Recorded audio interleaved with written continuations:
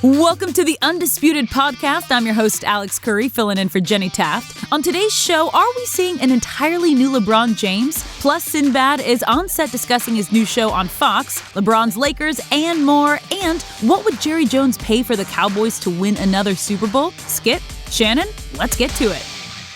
LeBron's new show, The Shop, premiered on HBO last night. Guests included Odell Beckham Jr., Snoop, Draymond Green, and Jon Stewart. In one part of the show, LeBron talks about the double standard between himself and star athletes who are white. LeBron said, quote, "I believe if the greatest quarterback in the world, he's a white quarterback, if it's Tom Brady, if it's Aaron Rodgers, if it's Peyton Manning, and we're doing the same bleep, the same exact bleep, refusing to take a picture with a fan, I'm talking about the phone is on. We're like, yo, get that bleeping phone out of my face, I'm with my family. If we're out with our family and we say that bleep and somebody posts it, and if Aaron Rodgers or one of those guys say that bleep and they post it, somebody's going to be like, hey, you guys should respect Aaron Rodgers. They're going to say to us, they're bleeping bleep heads." Now, we are joined by Rob Parker. Rob, what is your take on that? What's happening, everybody? Good morning. Good morning. What up, Detroit? You know this touches me deeply. Skip, I've owned a barbershop in Detroit, Shannon, for 16 years. Shout out to Sporty Cuts on 7 Mile Road. But, and I did a local TV show in my barbershop for years.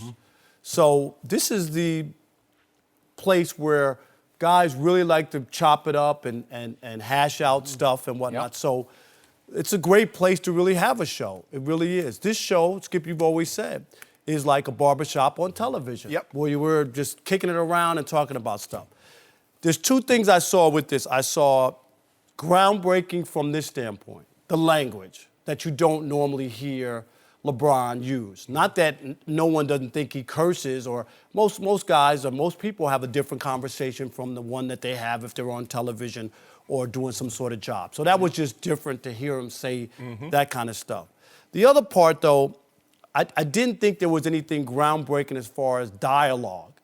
To sit there and complain about signing autographs and whether it's a black athlete or white athlete. Is there a double standard in this world? I think we all agree. Would you agree? Yep. I don't think it's nothing earth-shattering. You don't think it's earth-shattering to hear him say it? No, because I think that people have said it before. Michael Jordan ever say it?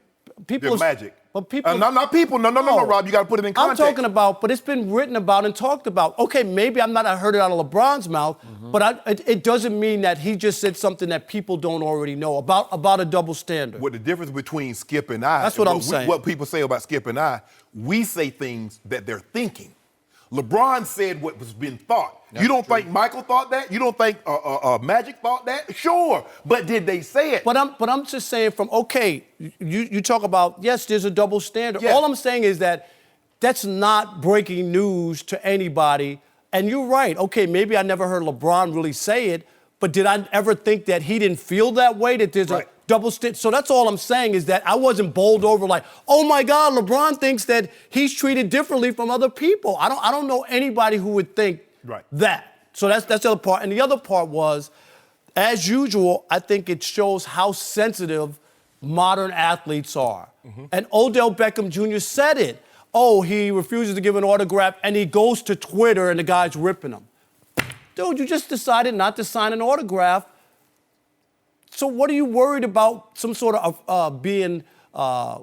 Why don't I get labeled because I don't sign an autograph? But why are you going to Twitter and worried about what someone would say? You just decided, if you felt like you didn't do anything wrong, why would you care what's on Twitter? But this is that's the new medium now. That's what I'm talking about. Ultra sensitive about what people think about you. I remember something Michael Jordan said, and I'm not saying he was perfect and signed every autograph, but he said, when I'm not in that mood, I just don't go out. Because nobody's, and you know this, Shannon, nobody wants to be the day that they run into Michael Jordan and he's in a bad mood. Nobody's going to go like, oh, I understand it. He's just having a bad day and it was just my bad luck. So he would rather not go out and not put himself in there. And you see what we ask our athletes to do?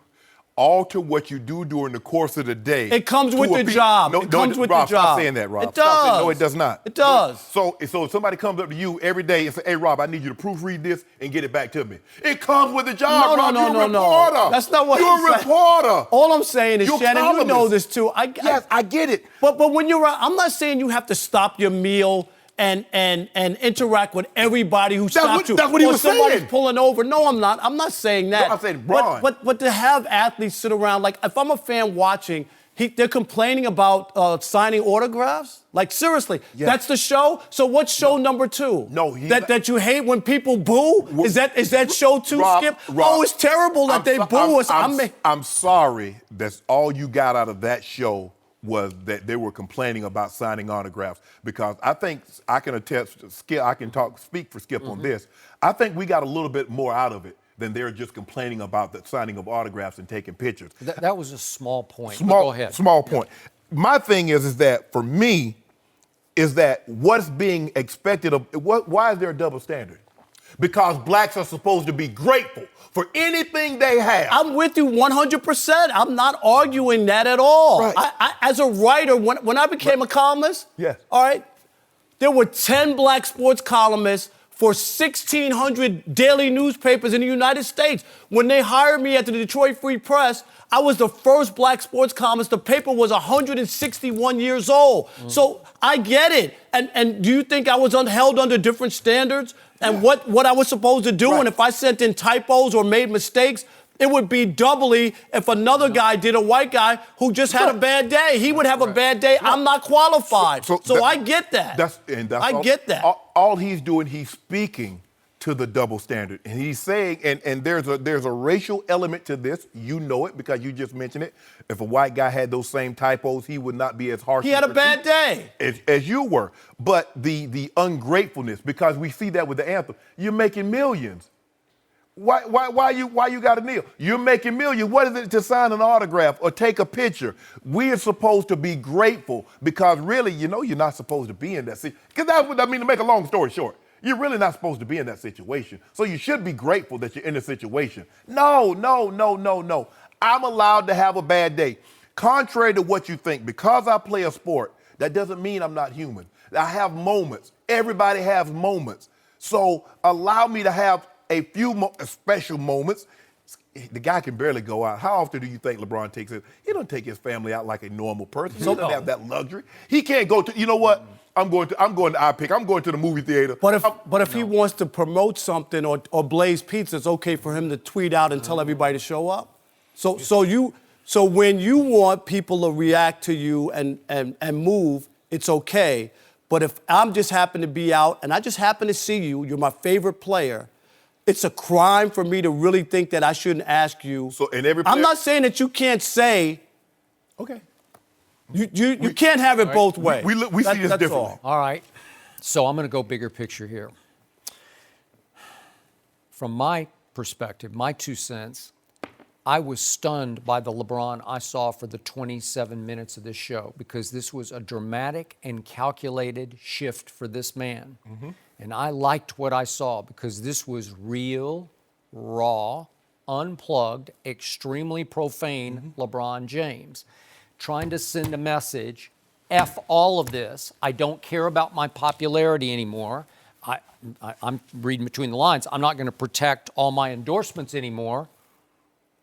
I'm going to tell you what I really think about race relations in this country. And I believe that LeBron James, feel free to disagree, has been mostly beloved by white America. Mostly, of course. Right? Yeah. Is that fair to say? Yeah, but I think black people like LeBron. No, but I'm just speaking for white America. Okay. I think white America has mostly loved LeBron. And I think the white media has mostly adored LeBron James. So he's gotten a pretty good ride from the white community. And yet the LeBron I was listening to last night came across as not much liking or trusting white people. That's how it came across. I'm fine with that because I think he learned not to trust growing up. Well, Skip, you heard him. He mentioned it. He did. He says, I'm up here, but when I get home, I got the end painted on my gate. That is he correct. said, so no matter how high I think I am, how much influence I have, they have to send that subtle reminder to let you know, you know? Yeah. So I'm going to read a quick quote from LeBron from last night. He said that I was raised on Snoop and Pac and Jay and Biggie, and now I get an opportunity to be the inspiration around what all of these kids are looking up to. Yeah, so he's really embracing the platform that he has. And he says, and for me to just sit back and not say bleep, when a lot of my peers didn't say bleep, Okay, now I think we're bringing Michael Jordan into play here. And obviously, I think LeBron has been haunted by chasing that ghost, as he says, in Chicago. And again, we disagree on this, but just for the sake of this conversation, I don't think he's ever going to catch him because 3-6 in the finals, it's hard to compete with 6-0. But can he catch him off the court? He can not only catch him, he can trounce him off the court because LeBron can become a powerful spokesman for a black community that needs a powerful spokesman right now. I don't disagree with that from the standpoint, and Skip, you know, Michael Jordan was criticized for never saying anything. His most famous quote is Republicans buy sneakers too. He didn't say that to the media. He said it to a friend, and it got out. Yeah, but you know what I mean. But that's a famous. It's an infamous statement. Right. But what's not as infamous, when they asked him about the Rodney King beating, he didn't comment because he needed more facts, more info. Well, we had the video. You don't need any. There's no more facts you need to see other than the video. That was Michael, though. Out of his way to protect his Disney-like image and brand.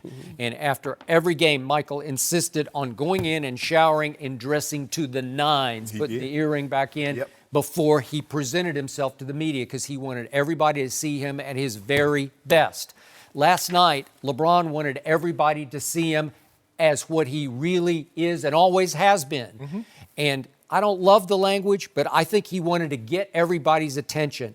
I think he wanted to speak the language of a lot of black and white kids who speak that language. He wants to cut through and say, I'm here, and I have a message to deliver, and I have the platform from which to deliver it, and I'm willing, he's saying between the lines, to risk my endorsements with Sprite or Kia or whoever it might be, because some of those people won't love that show last night. They just won't. That was raw, man. But maybe that's the difference in the way you saw it and I saw it as a black person watching.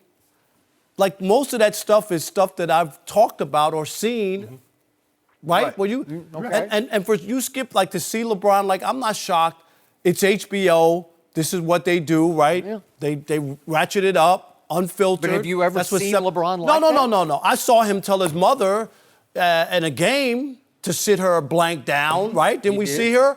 He did say that. So I got a glimpse there. And I've been around. This was a lot of F that. No, I know. It was definitely that part where you just normally don't hear him say it.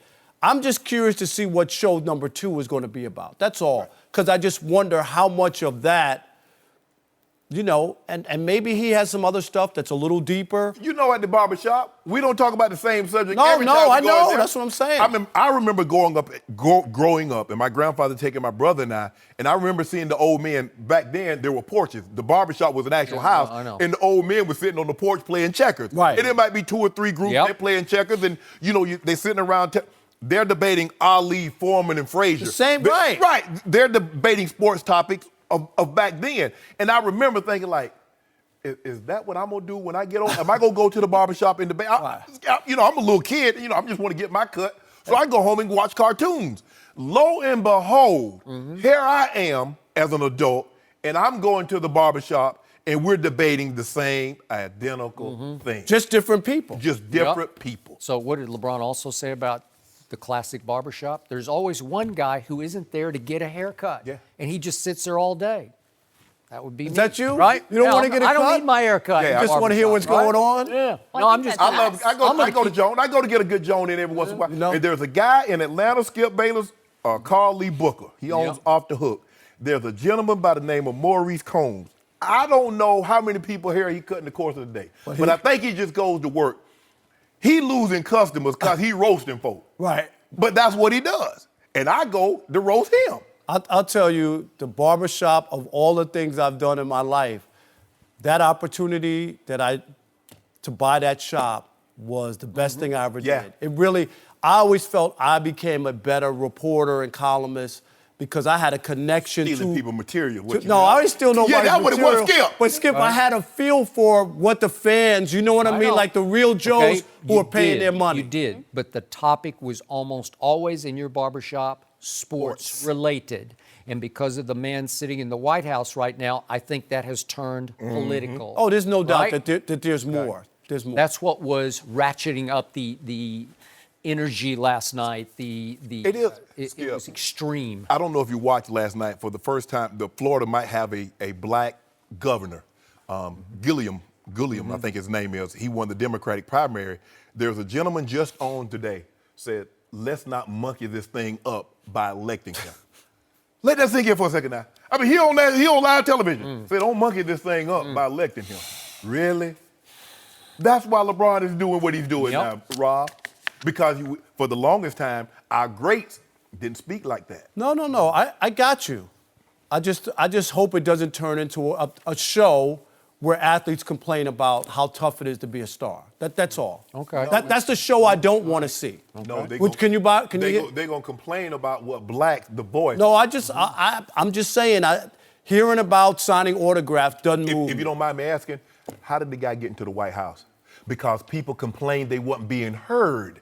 So LeBron is speaking for those that can't be heard. He's not necessarily talking about him. It's him talking. But there's a lot of complaints that's going on that affects the black community. I get that. But they don't have a microphone. I get that. They don't get cameras, Rob. Double standard about whether or not I get approved for a mortgage compared to Skip is real. Yeah. Complaining about signing an autograph because you're out with your family, I'm sorry. Johnny Carson complained about that. I could tell you any celebrity, Shannon, have all complained about. It's not a black or white issue.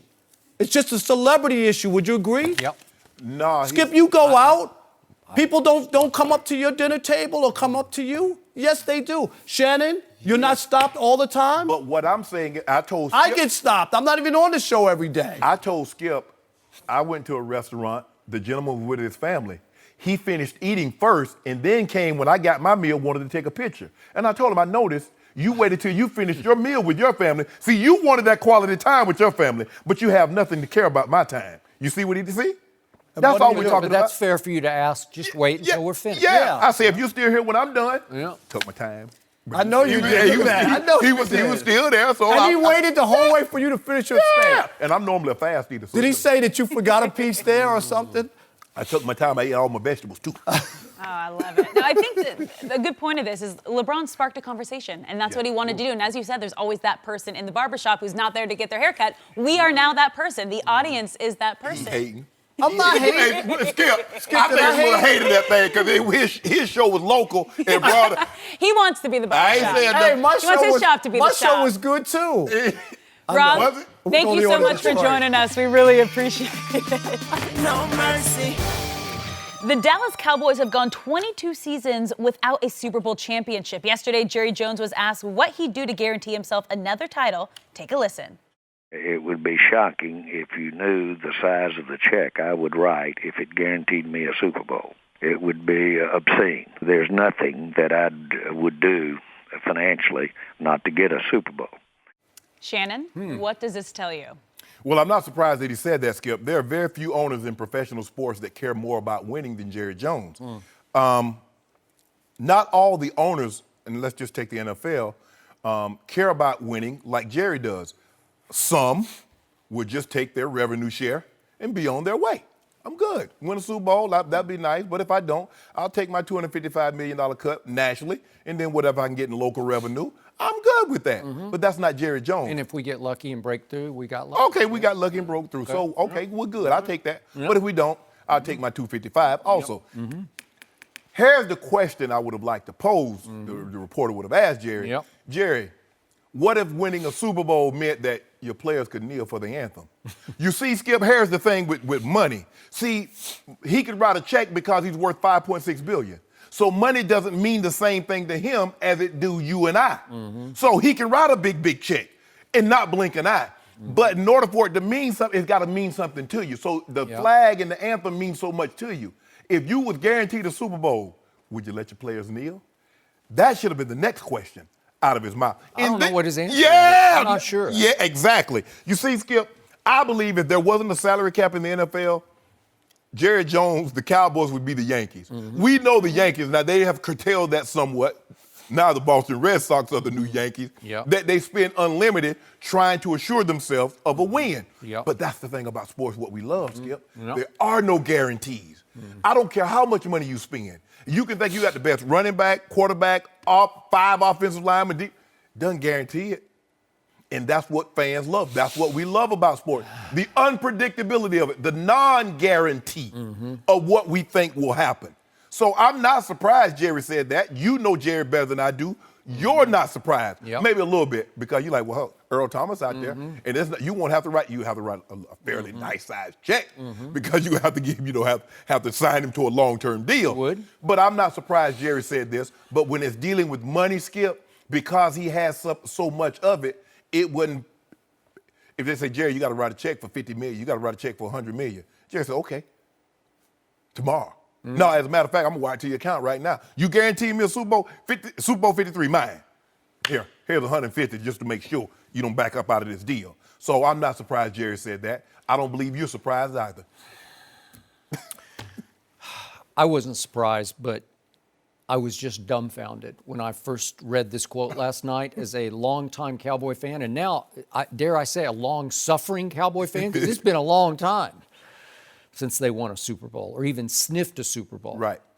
And I sat back last night and just shook my head and said, that's the old Jerry talking, but the new Jerry doesn't walk his talk anymore because the new Jerry Jones is more of just some John Jones or Joe Jones, just some guy, right? He's fallen back into the ranks of those arch-conservative owners, to me, who are more concerned with making money than winning championships, because he's not putting his money where his mouth is, right, because he's not a plunger anymore. He's not a risk taker. There's no go for broke in this new Jerry. No. He appears to be resting on his new Hall of Fame laurels, right? He did mention that. Because just when I thought they were on the verge in the offseason and it's time for Jerry to plunge and go get him and write that check for him, they lost out in the bidding for Sammy Watkins, who went to Kansas City, and you brought up Earl Thomas. I just keep waiting and hoping and wishing and waiting, and nothing happens about Earl Thomas, right, who wants to be a Cowboy, reportedly could be had for a mere second-round pick.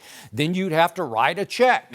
Obviously, you'd have to pay him top safety money. I don't know, it'd be like $50 million guaranteed. Is that a huge, not a huge check for Jerry. Would that be a Super Bowl making potential move? Yes, it would. Even you agree with that, right? Yeah. You'd be a little nervous over there if they signed Earl Thomas. The defense would be but nothing appears to happen because Jerry seems to sit back and say, I trust my coaching staff.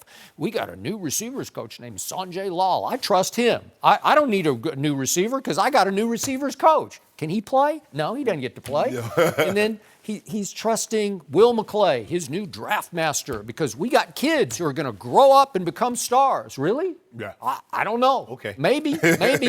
So they go out in the offseason and they get Tavon Austin, who was considered a bust with the Rams, right? Yep. And they get Alan Hearns and Deontay Thompson and various Dayton Joneses and Joe Thomases, just a bunch of guys, and they're all pretty Jihad Ward they trade for, but they're all just guys. You got deeper. Did you get that much better? I don't see it yet. So then it occurred to me, wait a second, Jerry is just talking hypothetically. And I know Jerry's talk because I interviewed him for literally hundreds of hours for the 3 books I wrote on the Dallas Cowboys. And he can really spin those yarns, man. But you have to sift through all the verbiage because sometimes he's just talking out of his head, like you can't figure out where he's going.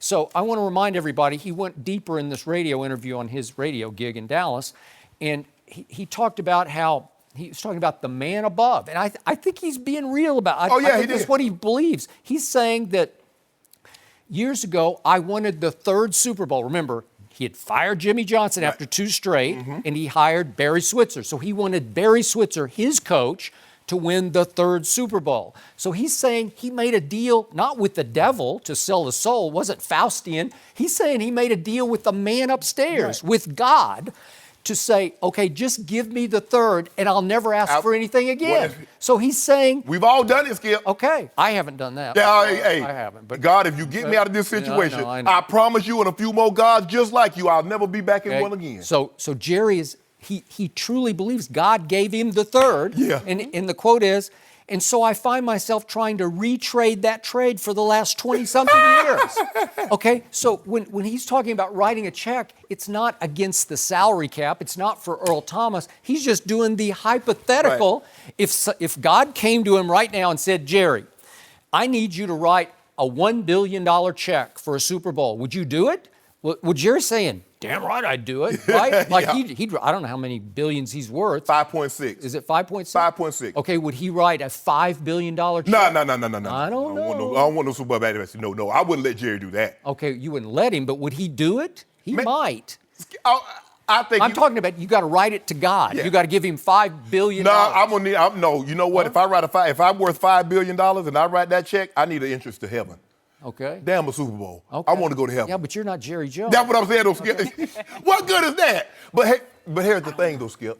Think about what the Cowboys had in the 90s. The Cowboys could have been the Patriots before the Patriots were the Patriots. Absolutely. The difference is that Mr. Kraft is unconcerned about how he's viewed or credit. Credit. That's the key word is credit. That's the operative word. He's steady cutting checks. Yep. Steady getting Super Bowls. He's unconcerned. Mm-hmm. And people are like, well, Jimmy had gotten to the point where he was just openly and blatantly disrespectful. Well, I can assure you, if Mr. Kraft was having radio shows, TV shows, talking before the game, talking after the game, addressing the team before the coach addressed the team. You're right. Coach Belichick probably would have a problem with that. And you would clash. Yes. Just naturally, you would clash because he's going to say something that he doesn't like or vice versa. Correct. And they're going to clash in philosophies at some point. Correct. But Robert Kraft stays out of the way. Stays out of it. Except for one magic moment, right? Well, he said, you've got to trade Jimmy Garoppolo. That's the only time I think he's ever meddled or intervened or interjected. Right? And it was after, think about it, Skip. That was after 4 Super Bowl wins and 7 Super Bowl appearances. Yeah. The Cowboys had just gone to 2. They had just gone to 2 and won both of them. And Jerry, like, I need to get some of this because y'all talking too much about Jimmy. Mm-hmm. I need y'all to heap some of that praise on me.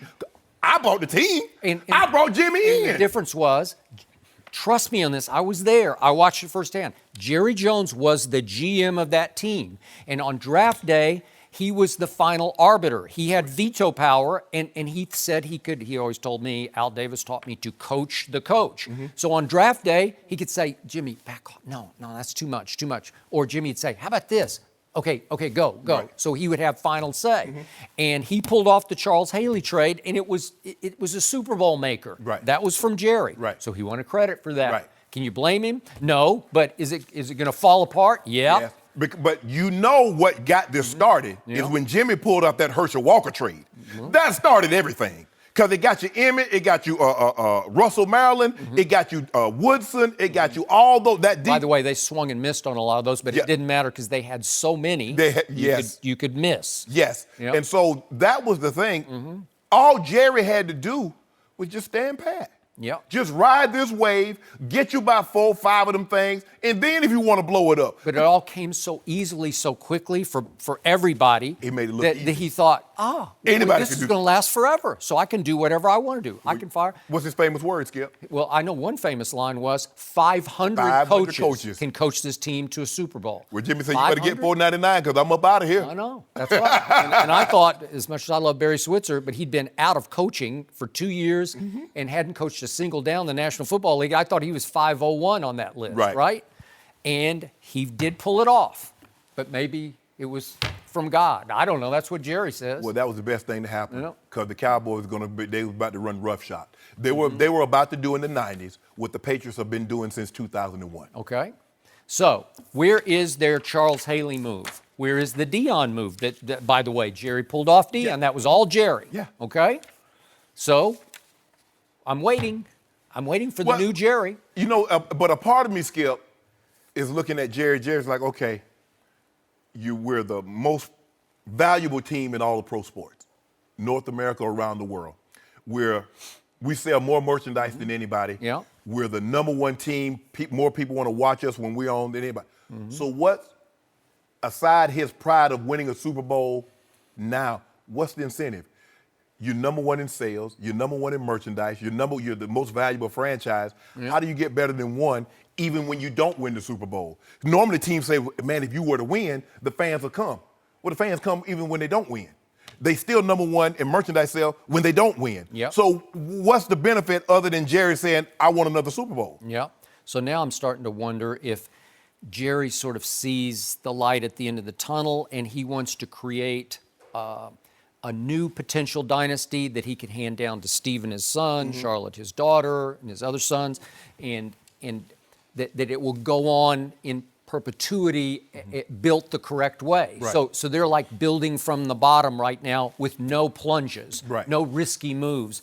And so it starts to make me wonder, I don't know how much he cares about winning this year as opposed to long term so that he builds it the right way. But here's the thing, though, Skip. You got two of your best players, you believe, on rookie deals. Dak Prescott, Zeke Elliott. Normally teams, you look at what Philadelphia did when Carson Wentz. They plunged. They went and got Alshon. They did. They went and got some big-name players to put around it because they know. You know, Skip, when that balloon payment come due, that's a $30 million, that's $100 million fully guaranteed.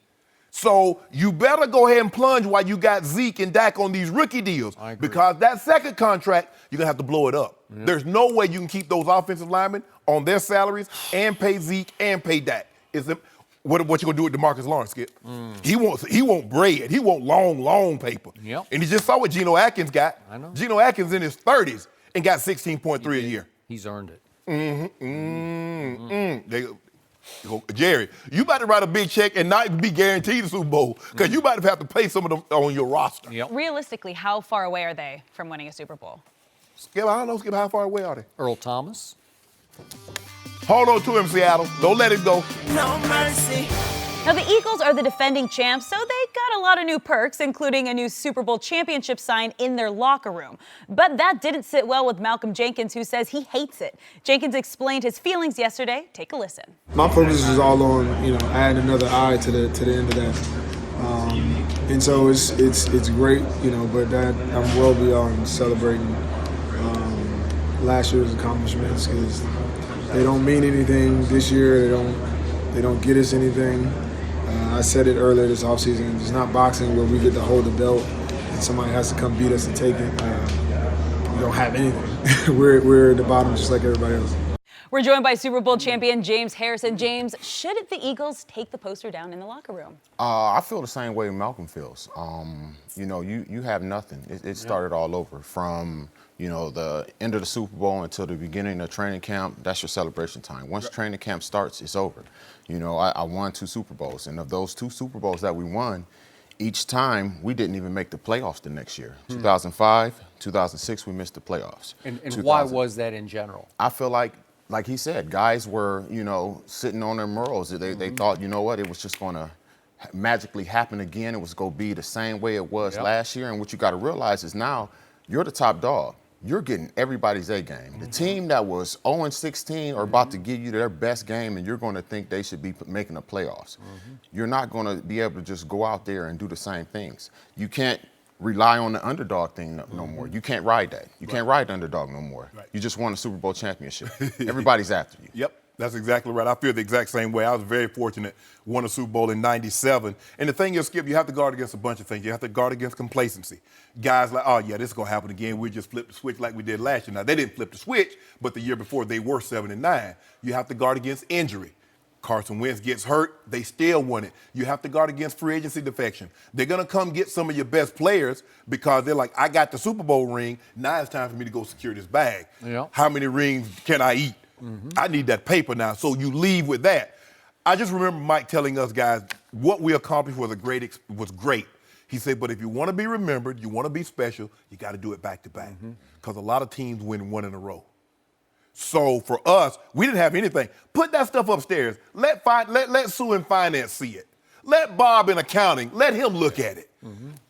What we had up there, we had a blank board, Skip. They put the opponent up there, and then after the game, we had the score. Either it was going to be we won by 3 or 4, or it's going to be we lost in the L. That's what we had in our locker room. Well, we didn't have anything in the locker room. We had that as you walk into the locker room. There was no Super Bowl. There was no parade. There was no confetti falling down on us, running on the field. There was none of that because that wasn't going to help us repeat.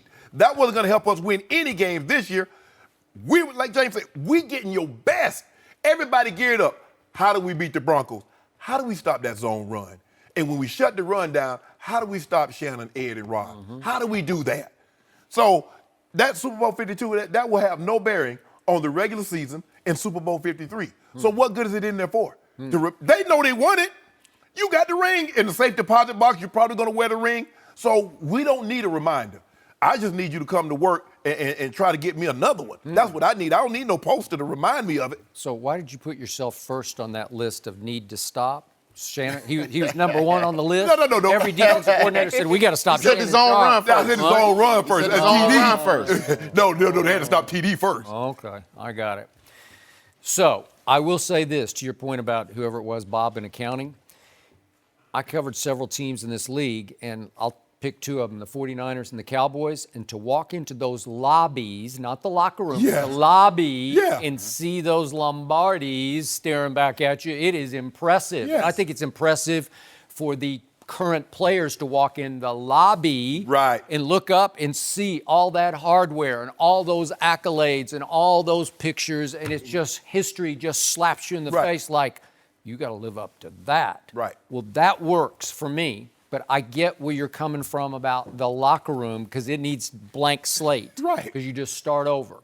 And I want to say this about Malcolm Jenkins. As a lifelong Cowboy fan, I find it hard to like anything about the Philadelphia Eagles because I just don't like, I never liked them. I didn't like the way they handled themselves, operated under Buddy Ryan or whoever you want to throw Ever out since there. Buddy put that bounty out I on know, you guys. I know. I never quite got over that one. Against a kicker? You're gonna eliminate the kicker with the bounty? Okay. So Malcolm Jenkins is one Eagle I have nothing but respect for because it comes across to me, and I'm not inside that locker room, but I think he's the rock of that team. Mm-hmm. I think he is the ultimate leader of that team. He's also been a leader off the field in the protest movement. But when he speaks, I listen, and I think he has guided that team just the way you were a strong voice, both of you guys for that matter, in your locker rooms where when you opened your mouth, everybody turned their head. Oh, he's talking. Now you talk maybe too much. You had to see what he was saying first. Yeah, you had to see that. But when it was time to talk Yes. and make a statement, you made a statement Yes. that resonated through the newspapers and back into the ears and psyches of your teammates. Right. And that's what that just did because I think he sees, wait a second, we're not going to have Alshon for whatever it's going to be, Right. 2 or 3 games. And we might not have our young quarterback for I don't know how long he's going to be out. And so we're going to have a little quandary going on there. And we're not sure about Jason Peters, and we're not sure about this and that. And all of a sudden, remember, that team was 7-9 2 years ago. And what else, 7-9. Skip?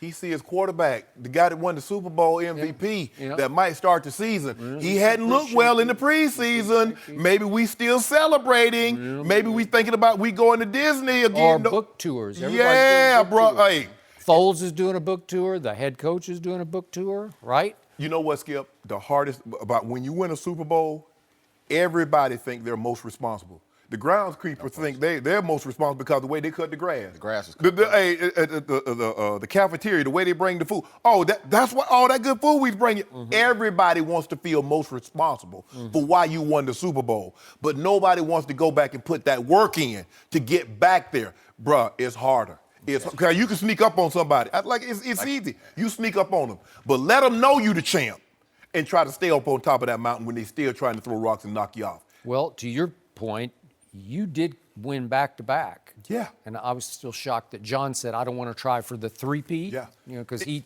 stopped. He quit, right? Last repeat, 03-04, the Patriots. Now, we've seen teams have an opportunity. Patriots got back to the Super Bowl, Skip, just this past year. Couldn't do it. Seattle got back, got in position, couldn't. It's hard. It is hard to do that. How did you guys do it? It didn't start out well because John pulls his hamstring the second game of the season. We had to go with Bubby Bristol for 4.5 games. Your favorite quarterback. All right. Hey, Bubby, you got a Ferrari. Just keep it in first. Don't grind the gears. That's all you got to do. Toss it to TD. When they shut TD down, we're going to get one-on-one coverage. Ed, Rod, and myself, we're going to beat one-on-one. Actually, we averaged more yards and more points per game with Bubby than we did John. But we know we had a smoker, Skip. We had a smoker. And it was easy hat day. If we win the game, we didn't have to wear pads. Don't have to wear pads for 8 plays during the week and hat day on Friday. Don't mess up my hat day. So why wasn't a third in a row won? We lost. John left. TD got towards ACL. He did. Atwater left. We had just too many. We weren't the same team, Skip. We weren't the same team. I would have loved to have John come back, but he was like, John hated to throw a wet ball. and they had been talking about it was going to rain during Super Bowl 33 the entire week. We get through that entire game. The Miami. Miami. Yeah. Skip the whole game. Beautiful game. As soon as we get into the locker room, a deluge happened. Yeah. I think he took that as a sign of God. I need to go. Really? I need to go. But a deluge had already happened in the other locker room because Eugene Robinson had happened to the Falcons. Well, I don't know Am I why. right? He was, Did that not help the Denver Broncos? and then people talk, and they ask me, talking about, did y'all, we ain't sent nobody nowhere. We was in our hotel room having us a good old time. I know. Yep. Getting ready. Yep. Watching tape. And then we see that come across. I said, "Oh, they're in a heap of trouble." They're in a heap of trouble. I see that come across the bottom of the screen. Eugene Robinson arrested. I'm knocking on people. Man, y'all see that? Oh yeah, we got him. We got him, Skip. Hey, had a nice trophy. Had the Christian Man of the Year trophy in there. Hey, did. move that trophy out the way and get in the car. Yeah. That's what he told me. I don't know if he said that, Skip. I don't know if he said that. I might have made that a little bit. Sort of said that. Yeah, he said something like that. But the trophy was in the car. He's like, move that trophy out of the way and get in here. Yep. Well, the odds are against the Eagles to win it all again. They just are. If the Eagles were not in the NFC East, you wouldn't say that. Yep, you're right. But if they weren't in the NFC, I might not say that because the NFC is loaded. They loaded. It is loaded. You got the Rams, you got the Saints, you got the Falcons, you got the Panthers, you got Green Bay, Minnesota. You didn't. Cowboys. Don't say Cowboys. it. Don't say it for him. Don't even give him the. But you not Skip. That was 8. Y'all were 8. 8 don't make the playoffs. Oh, well, we'll see about that. You could be out series due if they do. I'm thinking no. Jerry, Earl Thomas. No. Bet's off now. No, we already told. We had an addendum. Oh. If you sign Earl Thomas, the bet is off. Oh, really? Yeah. Oh, well, that's not how other bets have worked. No. Oh, you always. I lost Travis Frederick. What does that mean? The bet's off? No, you didn't say that. Huh? You can't do that. I have an addendum in mind. He's 4-time Pro Bowler. Yeah, I know. I lost him probably for the whole year. Who knows? No, you ain't lost it for the whole year. I believe they caught it in time. Okay. And with modern medicine now, Skip, that you're probably gonna be back in no time. Look at this. What happened to those Steelers? No playoffs. Next Well, year. one year Ben, thought it was Evel Knievel. He did. We didn't lose him though. We got him back for the season for that one. I mean, but he wasn't. He was a little, maybe been a little gun shy from it, but at the same time, the big issue was, guys were thinking that, it's just going to roll over. These teams are going to lay down, and we get in there, and it's a team that we should smash, and we lose. Like, come on. Them teams, when you the Super Bowl champ, you are the team, a bad team. You're their Super Bowl. No question. So when you show up, the crowd, the stadium going crazy. Full. They holding the Super Bowl. Like, y'all ain't going to the Super Bowl. We went to the Super Bowl, but they got their Super Bowl hats. They feel like we could have won because we just beat the Super Bowl champions. That's what they think. That's exactly how they think.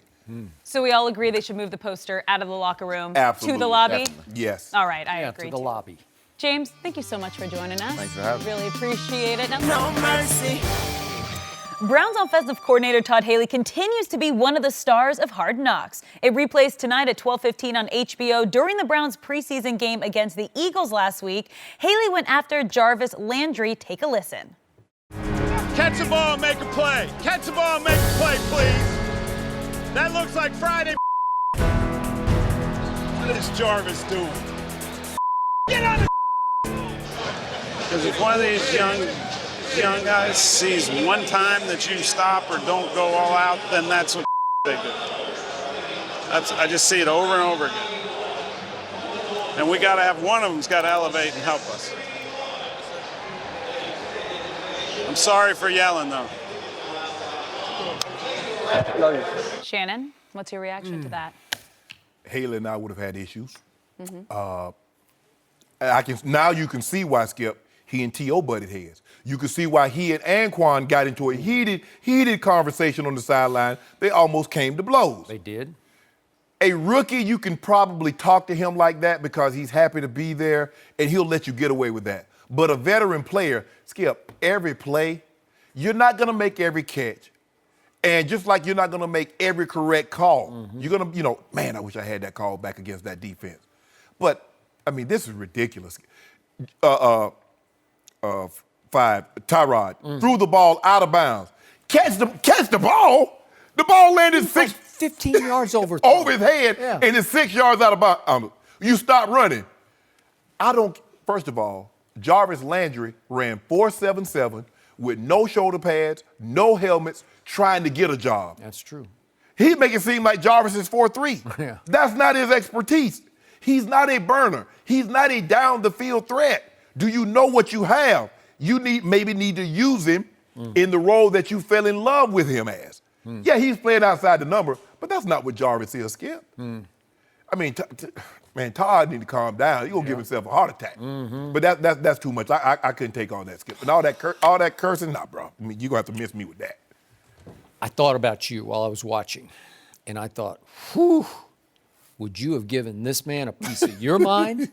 Because this rubbed me the wrong way, and I don't even play, and I felt for Jarvis Landry, and I want to remind everyone, he was their biggest offseason acquisition. And he took over the first episode of Hard Knocks with his profanity-laced tirade, his rant to the receivers about you got to play hurt. You got to practice hurt. We got to do away with this contagious losing culture. The rookies last night made fun of it, but it was real and raw, and I thought it resonated. And to me, it felt like Jarvis Landry was becoming, with Tyrod, the leader of the football team. Right. He merely led the NFL in catches last year. Again, not in yards because he doesn't burn, but right. he can get open underneath in little option routes, and he can catch the football. He can catch it like his buddy from LSU, Odell. He can circus catch it, and he's been circus catching it in practice for the Browns. Well, Todd Haley can't undercut whatever credibility he has established as a leader of the team by just openly screaming at him. Right. And accusing him of quitting on routes, not running routes? You can't do that to the new leader of your team. Todd Haley overreacts to every play. It's like is this a Hard Knocks syndrome where you know you're on camera and you know you're becoming a star on Hard Knocks, so you got to overact for the cameras? Hey, bro, let me holler at you right quick. Yeah? Huh? You curse at me one more time. Hey, you got it. Come on now.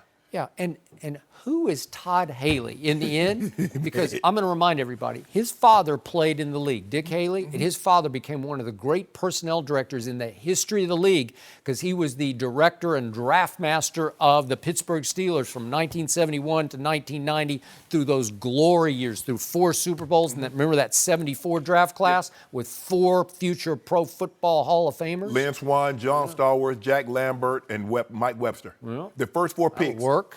Ended up in the Hall of Fame. Hey, that's pretty great. Right? That might be the greatest draft by a team. His father did that, and then Todd Haley wasn't a football player. He played golf in college at Florida and Miami, and then wound up at North Florida and graduated. But he wasn't a football player. But because of Daddy, he got a chance, right. And then he earned some stripes, and he's been pretty good along the way, and he's made some. Didn't he draft Franco? I think Franco was in 72. There's another one. Yeah. No, he drafted all those. I told you that Cowboy Pittsburgh Super Bowl 13. Yeah. That was the biggest collection of talent I've ever seen on one football field, in large part because of the Steelers side of the field. But the point is, that's who Todd Haley. He came from Dick Haley. Right. So. Really? Are you that good? Are you that much better than Jarvis Landry is? Sometimes they coach, they like hearing their own voice. Man. You know, and that makes them feel good. But, bro, I mean, that's an overreaction. Yeah, to say that he quit on a route when he didn't quit on the route. And remember, I brought it up the next day on the show because I thought Jarvis, who can be tough on coaches, because he clashed with Adam Gase in Miami, and it's sort of like in the end they fell completely apart, and Adam Gase didn't want him there anymore. But in this case, you got him. He was your key acquisition, and he didn't stop on that route. So he was yelling back at Todd Haley from the field, and I thought, Todd Haley, and I thought, well, is he already clashing with him for the wrong reason? But he was in the right. Yeah, you're like, what do you want me to do? I mean, if the ball's overthrown, what am I supposed to do? Yeah. Keep the ball's like 15 yards over my head and 8 yards out of bounds. What do you want me to do? Run all the way out of bounds for what? An incompletion? No, I see the ball's gonna be out of bounds. I'm stopping coming back. Sometimes I feel like Todd Haley and Greg Williams are competing to see who can yell the loudest, who can rant the loudest, which coordinator can become the bigger star from Hard Knocks. Yeah, but the thing is, Skip, as a veteran player, you talk to your position coach, you talk to your coordinator, and you let them know. For me, when I went to the Baltimore Ravens, and Brian Billick, who was the head coach at the time, he asked me and said, okay, what makes you tick? What makes you? I said, look, Brian, I got no problem with you correcting me in front of the team. I got no problem with you, telling me what you need to do. But you can't curse me. That's it. Those are my only rules. Don't curse me. You can yell. You don't need to yell. Look, I know when I make a mistake. If you say, hey, you need to keep your feet on that one. Okay, I get all that. Yeah. But this every time, every play, make the block, catch the ball. Oh, my. Finish the route. Ooh, really? Man, that would get on my nerves. Jarvis Landry? So I was trying to read body language on Jarvis Landry when finally Todd Haley went to him and said, I'm sorry, I yelled at you. I don't know if he really accepted the apology, and I wonder what he told his wife when he went home. You know, like, did you really? He came without a shot of me. Yeah, I know. Me. I just don't think he loved it. No. I just don't think he did, and I don't think he just let it roll off his back. And no, I wouldn't have. You know, we'll have a talk. Just have a talk to him and let him know what you expect. This is kind of what I expect also. We're not going to be yelling back and forth. Hard Knocks is tough on a football team. Mm-hmm. Hey, Jarvis should have told him, I ain't going back and forth with you. You never know. They might be doing it for the camera, as you mentioned. Well, up next, Sinbad is here. We'll talk to him about his new show, LeBron, and more coming up. Got it on. No mercy. Actor and comedian Sinbad joins the show today. Let's listen to a clip from his new show, Rel. Rel, you know I said I got you? I don't got you. I told Dad yesterday. Your wife and your barber? Look, Dad. Oh, don't look dead at me. All that money I spent on you for glasses as a child, you didn't see this coming? You might as well be blind, Rel. Hey, shh. Keep it down, Dad. I don't want everybody in my business like that. Oh. You think I want people to know? You think I want to tell people that I raised a son with no It's a dark day, Rel. You should be feeling all kind of stuff. Pain that your family is gone and your life is ruined. Anger at your barber and your shortcoming as a man. Oh, go on, this ain't about you. Most of all, shame. Deep, dark, horrible shame, man. It's worse than the day I found out that Nat was a crack dealer. It was ecstasy. Same thing. Look, hey, I'm sorry, Nat. I'm sorry. It was cold. I'm sorry. All right? Ecstasy is different. And that was a clip from the new show, Rel, which premieres September 9th on Fox. Sinbad, welcome to Undisputed, and tell us a bit about the show. No, show's Rel, man, who's just blowing up right now. And I play his dad, his light-skinned dad. So, so you know, it's his brother who's based on a lot of his real life. His brother who did get locked up for dealing ecstasy, and Rel's life. Rel's divorced now. What he's going through in this show, his wife slept with his barber, so it's a little bit different. So it's out there, and I play his dad, who's kind of like, he's not that like dad. Hey man, you'll be all right. He's like hard. You know, he's just 70s dad. Yeah. Get back up, man, and do your thing. So it's gonna be kind of fun. It looks funny. Yeah, it is. It's fun. Go ahead. So you do have a certain. It's LeBron, man. Let's just deal with it. It's LeBron, Let's baby. just deal with it. It's all about LeBron. So before we get to the on the court stuff, you did watch last night's The Shop. I was. It's one of the shows when it got done. I said, wow. Wow. I said, wow. About time. About time. It wasn't just a show, joking, sitting in a barbershop. They dealt with funny stuff. They dealt with social issues. They dealt with real stuff. They dealt with being an athlete. They dealt with, and then Jon Stewart was just moving it and shaping it. It was just, it was fun to watch. I know a lot of people, you know, because the guys are cussing, like, oh man, what is it? There are going to be some people in America who, a lot of them probably voted for Trump, but there's going to be a lot of people in America who are going to be thrown by this. An honest conversation. That's what you heard, was an honest conversation. Right. Guys talking for real. And we really don't like real talk. How did you think LeBron came off? Because obviously he's the centerpiece of the show. He's the centerpiece, but you know what he did? He let it. He did. He let other people play in his playground. But when he spoke well. He spoke. He didn't back up. He didn't apologize for who he was. It was just, I almost became a fan, because you know I can't go with Draymond because he would Golden State. I became a fan of Draymond. Stuff he was saying about LeBron. I was like, whoa. And a lot of people would be mad because Draymond was on the show with LeBron, but that was even deeper. Some friendship athletes do have, that you compete, you're gladiators, but we can come together on certain things. And I was like, man, this kind of messed me up. Is LeBron the voice? He seems to be one of the major voices, one of the major players of the black community now. For so long, we've waited for an athlete of his kind of cachet to speak up for issues that people cannot be seen or heard, can be seen and heard. You know, remember Bill Russell and all those guys? Remember that picture of Ali, Bill Russell? They were all, Jim Brown, the Summit. The Summit was in Cleveland. They all knew You know what? It's but they did. It's like I can lose a door. So it ain't about that. It was like this. I'm speaking up. I'm a man. Right. It wasn't even about what I lose. Like LeBron said, I'm not worried about I lose. I'm a man. Right. And I'm looking at, there's a book called The $40 Million Slave, where they talk about, slavery's out. Yeah, they're paying you $40 million, but sometimes we're still slaves. We saw what the owners were saying about taking the knee and all this. That taking the knee thing revealed America. It revealed America. And it had nothing to do with reality. Because he was sitting on the bench at first. They asked him to take a knee. If they just left him alone and just let him sit where Colin was sitting. So when LeBron speaks, he speaks not just like, I'm just gonna get on your case. He says something, walks away. You know, I'm saying this, and I'm gonna go about. I'm done with it. Yeah, I got this shirt, man. You know, hands up. I'm saying what I got to say. Now let's go play ball. But I'm not gonna just shut up and dribble. That was the dumbest thing. But that's the things we've heard all our lives. Right. Shut up and dribble. Just be good. Aren't you happy that you're making money? Aren't you happy? Like they allowed me to do something. You didn't allow. I took this. Right. You didn't give me anything. Kind of like Aretha Franklin's Yes. respect. For the longest time, people thought, oh, she was talking about you need to respect. No, she's like, No. respect me as a black woman, Thank as you. a black man in America. Thank you. I need my respect. Thank you. Had to spell it for people.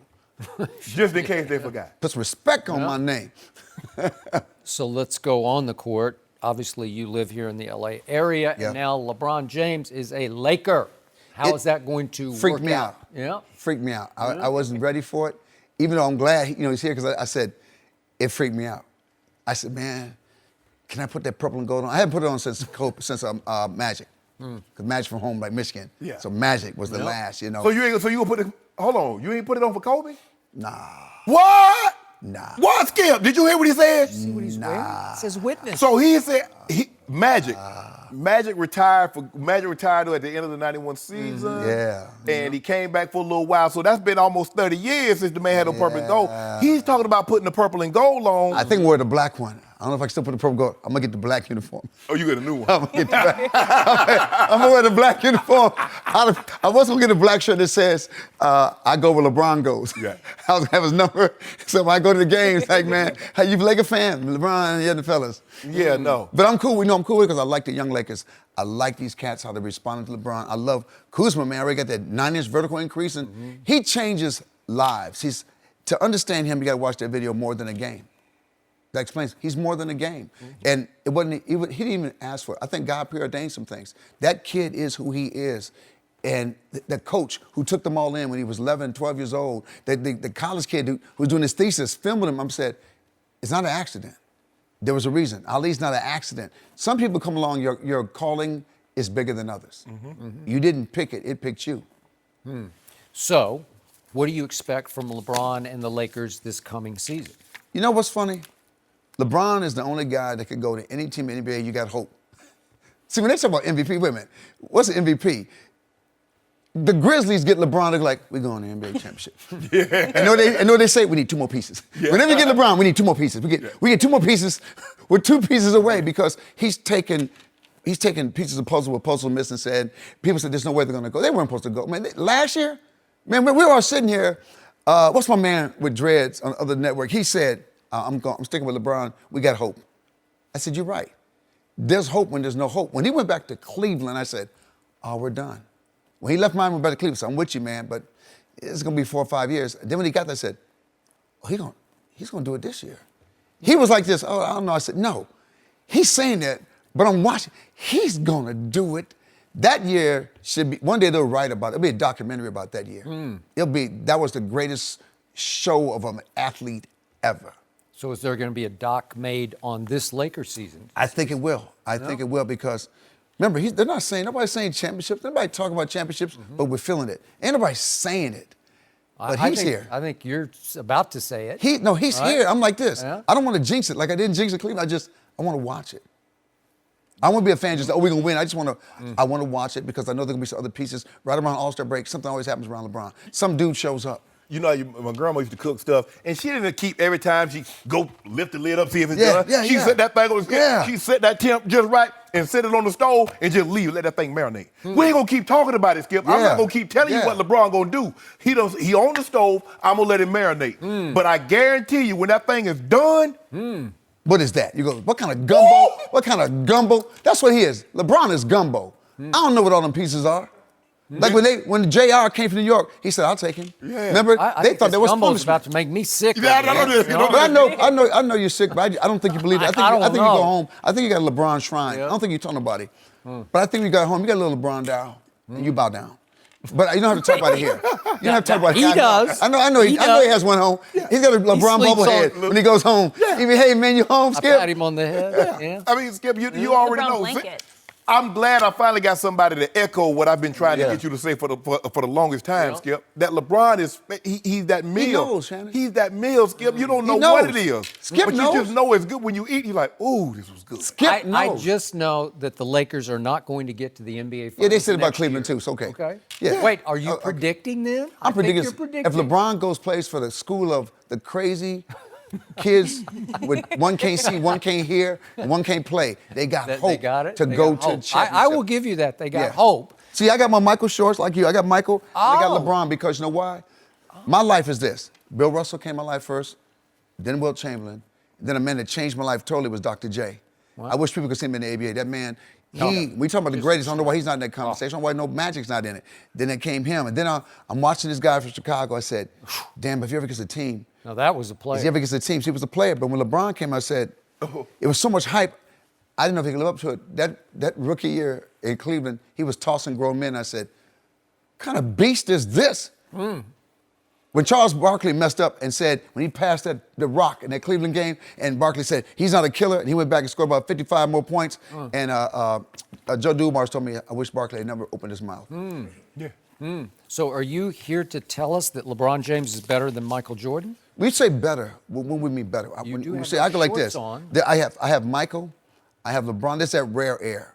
There's Michael, there's LeBron. I got to put Magic in there. I put Dr. J in that air because they changed the game. When you change the game, Magic was a prototype guard. Dr. J probably affected all of them. You know, but LeBron, I ain't never seen nothing like this. So I think you just said Michael is better than No, LeBron. No, I didn't. And I No, think you you also I said say the this. Lakers are going to get to the finals I this say this. year. I'll tell I you think I this. heard that.